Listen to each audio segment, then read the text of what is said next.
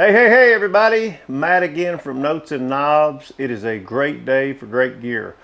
Listen, today I'm going to talk about using the Tone Master Pro for the acoustic and kind of how I have that set up for most of the gigs. So stick around and let's check it out.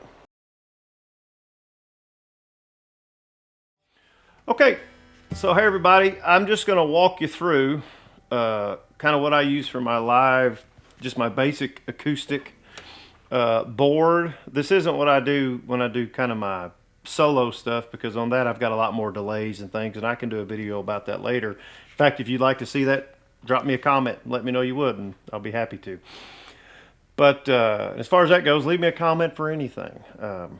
Let me know what you're doing, what you want to see, what you do different, or just to make fun of me. Anything is all right. We will just look at my basic board. I'm going to give you, there'll be a free link in the description where you can download this tone for free. Or you can download it just to make fun of it. That's totally up to you. Okay. So, I like to use this Acoustasonic pedal board. Or, I'm sorry, amp. So, this is my guitar without it. Just straight in.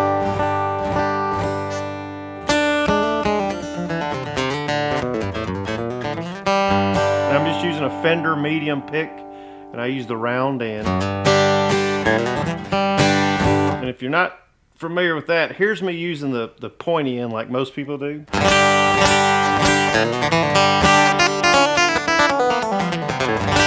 listen to the difference if you use the round end. Pointy end, round end. Okay. Big difference. All right, here's the amp.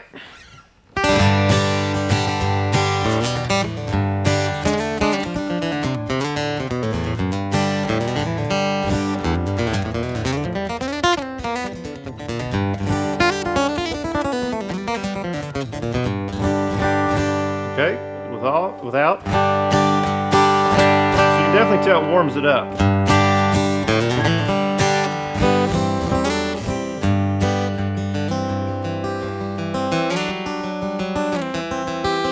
Right, sounds pretty good by itself, right? The other thing is I normally have a volume pedal as well.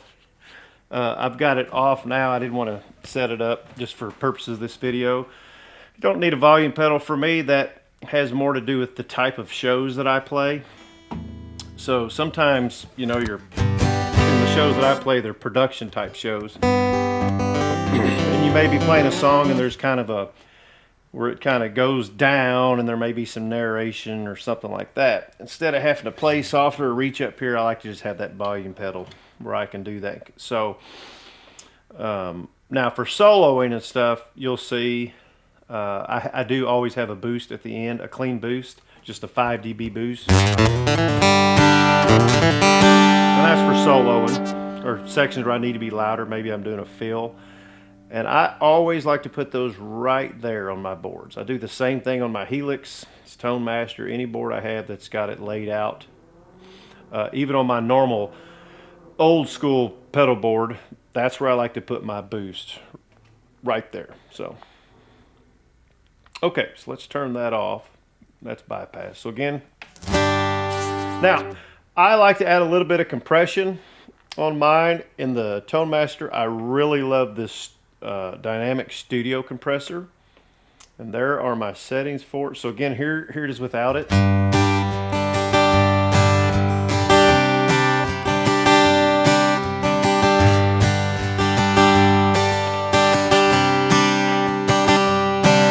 right, let's kick it on.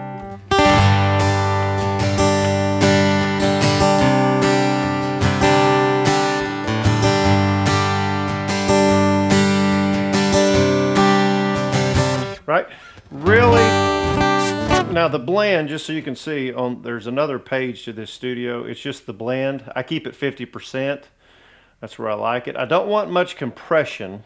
I want a little bit of volume, but I want just enough to where it sustains those notes, especially those harmonics. And I'll show you here in a minute where in conjunction with those, with the delays, that's where you can really make those harmonics ring. But I don't want it to where if I'm picking, or like if I switch to like a blue chip pick, a lot heavier, I don't want it to pop.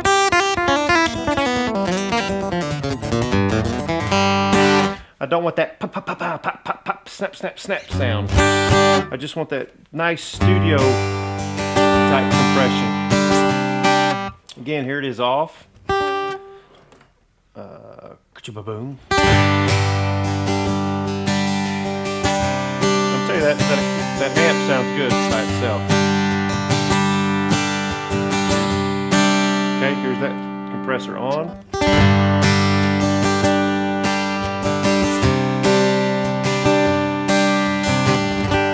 Really helps when you start kind of finger picking stuff.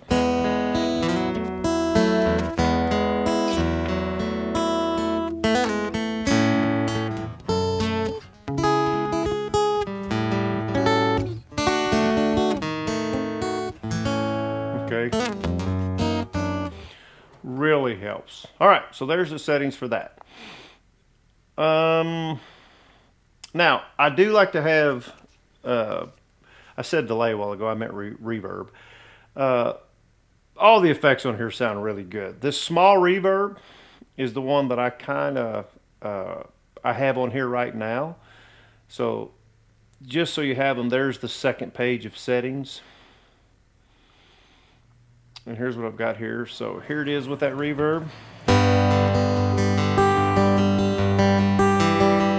Now what you're going to notice, depending on how you're listening, it may sound like a lot of reverb. But once you get with a band, it will not. It will disappear quick.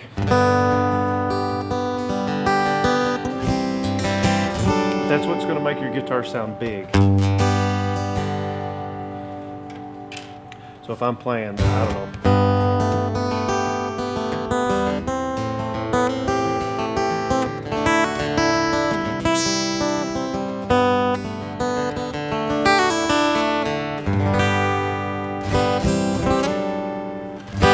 Okay, and here it is without it.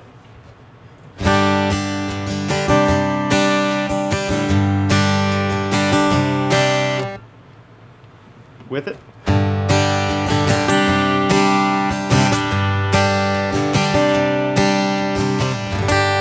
And when I was talking about the harmonics a while ago, it'll really grab those.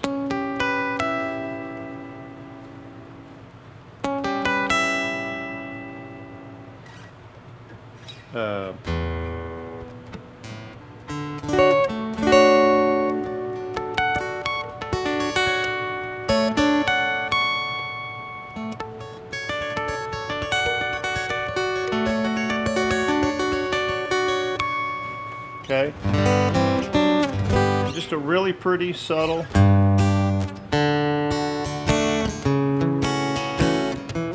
You know, if you're just playing something, a ballad or something.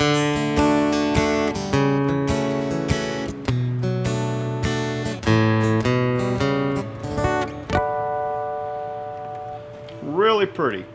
So there is the reverb. Now, like I said, I always have a volume pedal. That's where I put it in the chain. Now on this particular board, I did put a 12 string on here.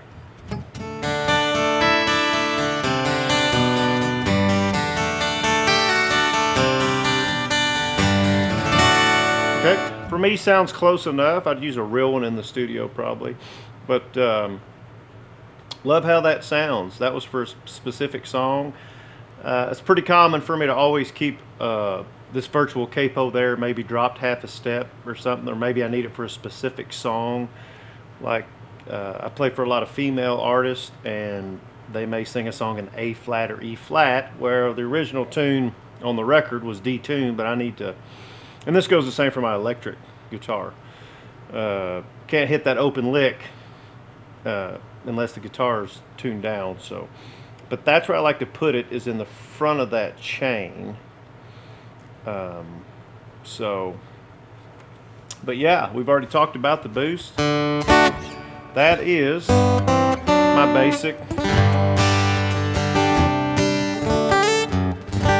basic setup for acoustic. So listen, I hope this was helpful. Again, I'll drop a link to this where you can download it in the description for free. Check out my other channel if you want more instructional type stuff, Matt's Music Academy. There's also a link for it in the description. If you're needing any of the gear or anything that I've used or are interested in learning more about it, you can click my links below. Full disclosure, you click those, I make money if you buy something, and I have 6 kids, and it would greatly be appreciated. So, but man, I hope this helped. Always like and subscribe. It is always a great day for great gear. See you next time.